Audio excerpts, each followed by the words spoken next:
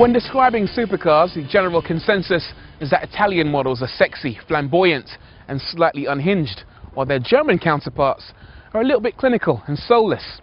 But there is one German supercar, new to the market, that promises to be as flamboyant as the Italians while maintaining their ruthless German efficiency.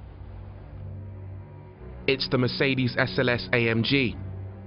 It has all the necessary ingredients to challenge the Italians. There's a sleek silhouette, a big V8 engine, not to mention a frightening £160,000 price tag.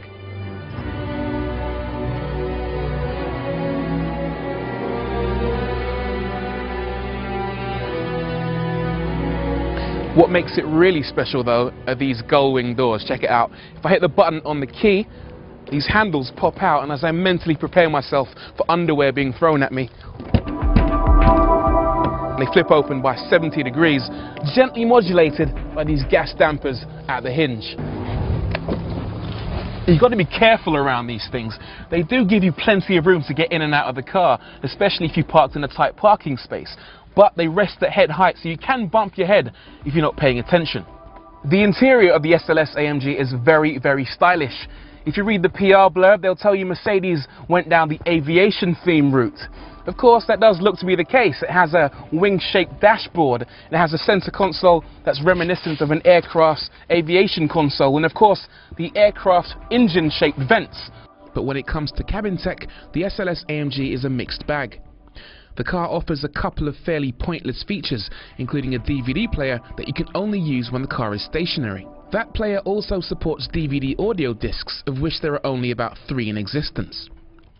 The car's sat-nav, meanwhile, is frustrating to use. It doesn't allow full 7-digit postcode entry.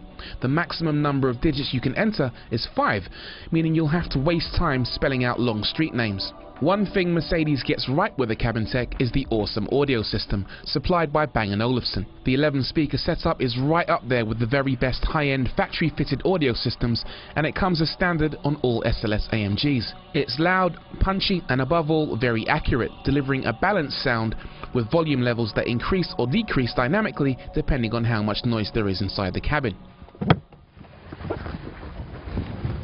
It is a beautiful machine. The front has a deranged, wide-mouthed expression, it has a long phallic bonnet, and the overall look is one that's reminiscent of an American muscle car.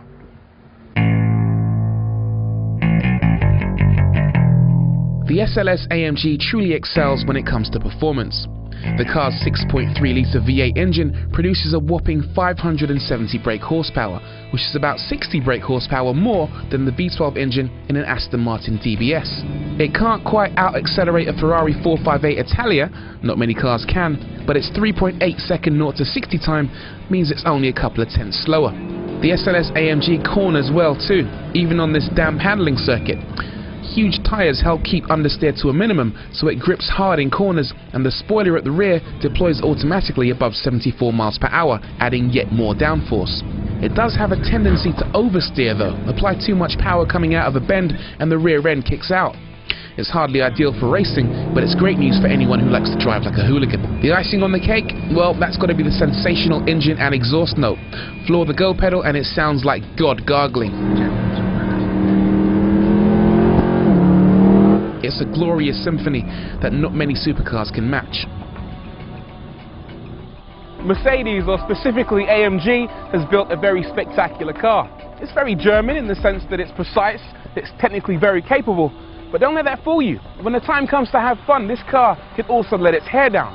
Ferrari and Lamborghini, you better watch out. This thing's on your heels.